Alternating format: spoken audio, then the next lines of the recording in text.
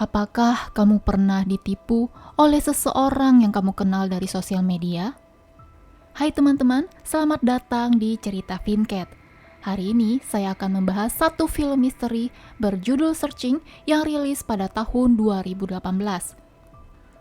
Film ini menceritakan bagaimana seorang ayah mencari anak gadisnya yang hilang entah kemana melalui sosial media, email, dan aplikasi internet lainnya.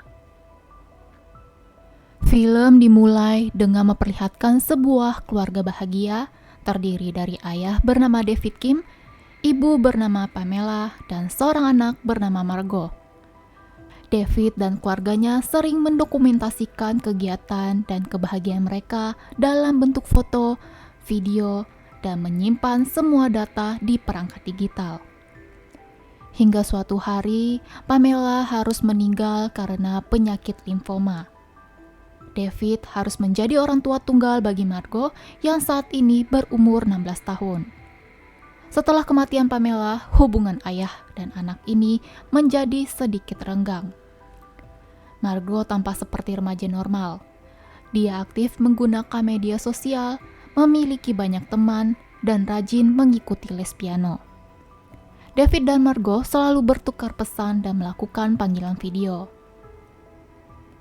Namun di balik itu semua, Margot menyimpan rahasia yang bahkan ayahnya sendiri tidak menyangka jika Margot akan melakukan hal itu. Pada suatu malam, Margot memberitahu ayahnya jika dia sedang belajar kelompok bersama temannya. Margot terlihat terburu-buru dan mematikan panggilan video. Kemudian, adik David bernama Peter menghubunginya melalui FaceTime. FaceTime merupakan aplikasi video untuk pengguna iPhone. Peter saat ini ingin memasak kimchi dan meminta resep kimchi yang biasa Pamela buat.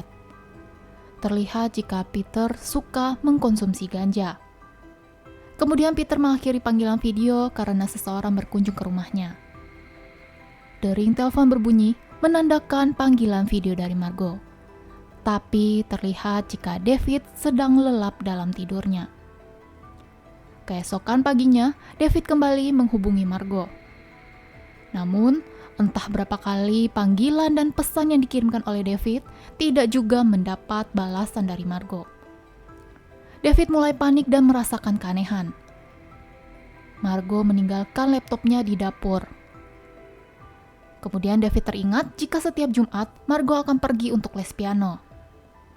Namun, setelah menghubungi tempat les, David dikejutkan bahwa terakhir kali Margot mengikuti les piano adalah 6 bulan yang lalu. Padahal, David selalu memberikan uang les kepada Margot. Ternyata Margot berbohong kepada ayahnya. David memberitahu hal tersebut kepada Peter.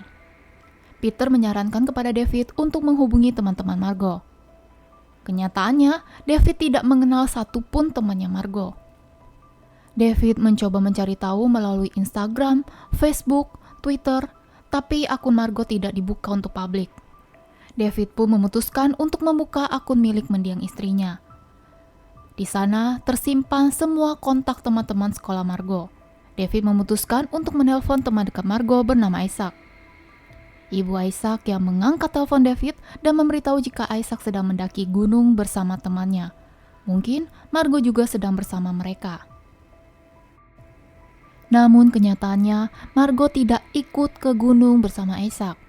Bahkan, Margot tidak menjawab panggilan Isaac.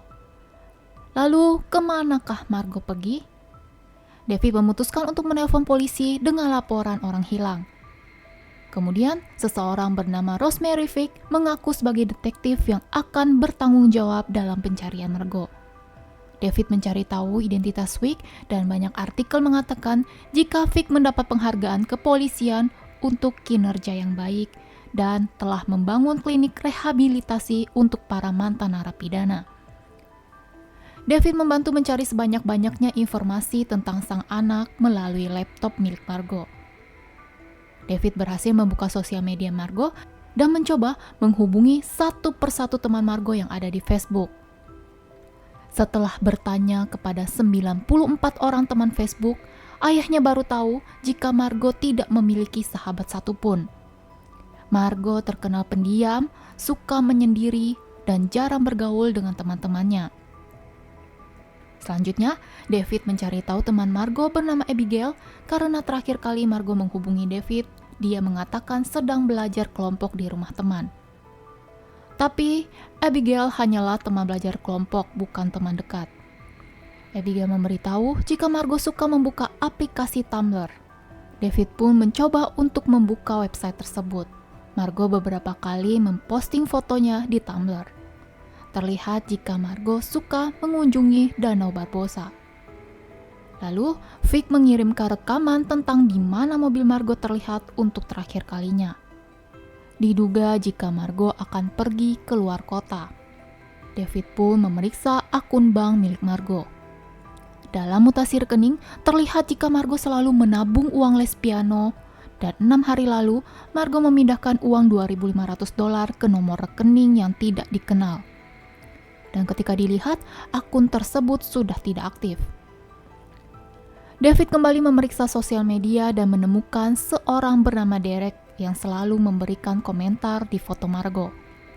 Bahkan, David rela berlangganan aplikasi agar bisa mendapat nomor handphone seseorang. Ketika ditanya pada malam hilangnya Margot, Derek sedang pergi ke konser. David terlihat pusing karena tidak menemukan petunjuk apapun. Kemudian, Vic mengirimkan email bahwa Margot telah membuat SIM palsu dengan nama Rachel. Vic juga mengatakan nomor rekening yang menerima uang $2.500 adalah rekening Margot sendiri. Vic menduga jika Margot memang sengaja kabur dari rumah. Tentu saja David tidak langsung percaya. Dia terus melakukan pencarian di internet. David melihat jika Margot sering membuka website Ucast. Ucast merupakan aplikasi streaming. Ternyata, Margot sering melakukan live streaming. Dan dari sana, David melihat bahwa sebuah akun dengan username Fish and Chips sering mengomentari video Margot. Bahkan mereka terlihat dekat dan sudah berteman selama 6 bulan. David melihat foto Fish and Chips yang mengaku bernama Hannah.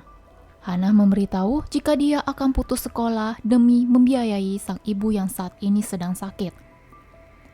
Apa mungkin uang $2.500 untuk membantu Hannah? David memberitahu Vic untuk memeriksa Hannah, tapi Vic mengatakan jika bukan Hannah pelakunya, karena Vic telah menghubungi Hannah dan membuktikan dengan CCTV bahwa Hannah sedang bekerja pada waktu Margot hilang.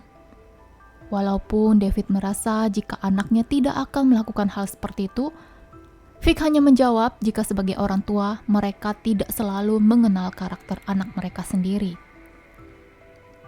David belum menyerah dan memutuskan untuk mencari ke tempat di mana rute yang terakhir Margot lewati. Kemungkinan pada saat itu, Margot ingin pergi ke Danau Barbosa. Setelah sampai di danau, David menemukan gantungan kunci milik Margot. David marah karena Vic yang menduga jika Margot kabur, padahal kemungkinan lain adalah Margot diculik atau dibunuh oleh seseorang. Berita hilangnya Margot telah disiarkan di televisi. Terlihat jika mobil Margot ditemukan telah tenggelam di Danau Senta. Namun setelah mobil diperiksa, tidak ditemukan siapapun di dalam mobil. Hanya sebuah amplop berisi uang $2.500. Pencarian Margot mendapat bantuan dari para relawan. Karena kasus ini menjadi viral, banyak orang-orang berkomentar dan mereka menyalahkan David sebagai ayah karena gagal melindungi sang anak. Bahkan, teman Margot yang semulanya tidak peduli berubah menjadi teman yang merasa kehilangan. Lalu suatu hari, Derek membuat postingan yang mengatakan jika Margot sedang bersamanya. David pun mencari Derek. Dia mengetahui posisi Derek karena Derek baru saja memposting lokasi di mana dia berada. Sebuah video viral di saat David menghampiri Derek dan memukul remaja tersebut hingga berakhir di rumah sakit. Vic melarang David untuk ikut terlibat dalam penyelidikan karena David bertindak emosional. Saat ini, David hanya bisa memantau proses penyelidikan melalui internet. Dia membuka lagi berita-berita yang ada di internet dan melihat foto barang bukti. Terlihat sebuah jaket yang ada di dalam mobil Margot. David seperti mengenali logo pada jaket tersebut.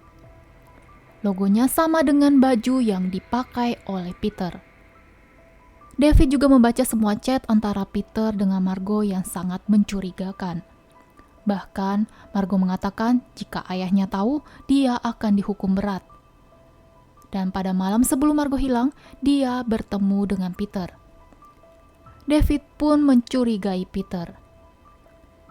David berkunjung ke sana dan diam-diam memasang CCTV di rumah Peter untuk membuat sebuah bukti.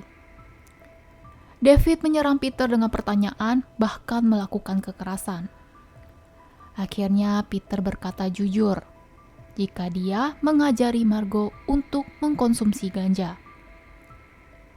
Semenjak kematian ibunya, Margot menjadi stres. Dia tidak mau les piano karena selalu teringat dengan sang ibu. Bahkan, ayahnya tidak pernah lagi berbicara tentang sang ibu. Kemudian, detektif Vic memberitahu jika seseorang mengaku telah membunuh Margot dan sekarang orang itu bunuh diri karena merasa bersalah. Pelakunya adalah Randy, mantan narapidana narkoba. Melalui siaran media, Vic mengatakan jika dia menemukan jejak DNA di tempat Randy membunuh Margot. Hasil penyelidikan berakhir dengan Margot yang dibunuh dalam perjalanan keluar kota. David mulai menerima kenyataan dan mengirimkan video Margot kepada Memorial One, sebuah website yang menyediakan jasa pemutaran video orang-orang yang meninggal atau berduka. Pada saat itu, David melihat foto yang menjadi model di website tersebut. Setelah dicocokkan, ternyata wanita yang ada di foto sama dengan foto yang digunakan oleh akun Fish and Chips. David mencari tahu wanita bernama Hannah. Hannah hanyalah seorang model. Lalu, David menanyakan apakah detektif sudah menghubungi dirinya. Hannah menjawab jika dia tidak pernah dihubungi oleh detektif, bahkan tidak tahu apa itu aplikasi YouCash. David mencoba untuk menghubungi Vic. Namun karena tidak terhubung, David menelpon ke kepolisian. Dari sini, David baru tahu jika Rosemary Vick adalah polisi sukarela yang mengajukan diri untuk membantu mengusut kasus Margot, bukan orang yang ditugaskan langsung oleh pihak kepolisian.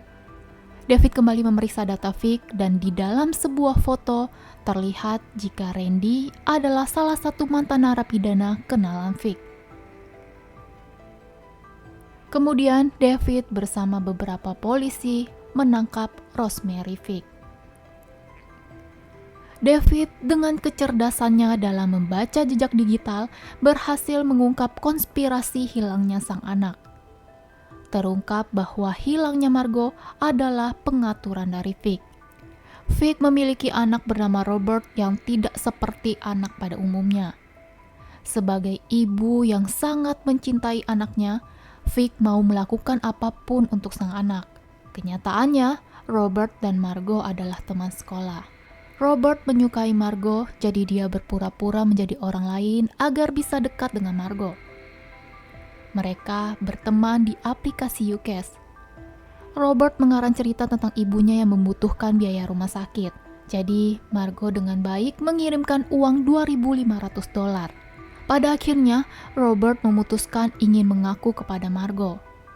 Robert tidak ingin mendapat perhatian publik, jadi secara diam-diam Robert mengikuti Margot yang akan pergi ke danau. Karena takut, Margot mencoba melarikan diri dan memukul Robert. Robert pun bereaksi dengan mendorong Margot, lalu Margot jatuh ke dalam jurang. Vic tidak menolong Margot karena jurang yang sangat sempit dan berbahaya. Jadi dia berpikiran jika Margot telah mati. Jadi, semua bukti yang telah ditemukan dan pengakuan tentang pembunuhan Margot adalah ide dari Vic. Setelah mengetahui anaknya masih berada di dalam jurang, David membawa tim SAR untuk mencari Margot. Dia masih berharap bahwa anaknya masih hidup. Akhirnya, setelah perjuangan yang intens dan penuh emosi, David berhasil menemukan Margot yang ternyata masih hidup. Keluarga ini akhirnya bersatu kembali dengan pelajaran berharga tentang hubungan keluarga, kepercayaan, dan dampak teknologi dalam kehidupan modern. Film ini berakhir dengan David dan Margot yang berusaha membangun kembali hubungan mereka, namun kali ini dengan pemahaman yang lebih dalam. Di dunia yang semakin terhubung secara digital, kita mungkin merasa tahu segalanya tentang orang yang kita cintai. Hati-hati selalu terhadap orang yang kita kenal di online. Film ini membuktikan bahwa teknologi adalah alat yang bisa menjadi berkah ataupun kutukan, tergantung bagaimana kita menggunakannya. Gimana menurut teman-teman setelah menonton film Searching? Kalau jadi orang tua seperti Detektif Vic, apa kalian akan melakukan hal yang sama untuk anak kamu? Terima kasih telah menonton dan sampai jumpa di video selanjutnya.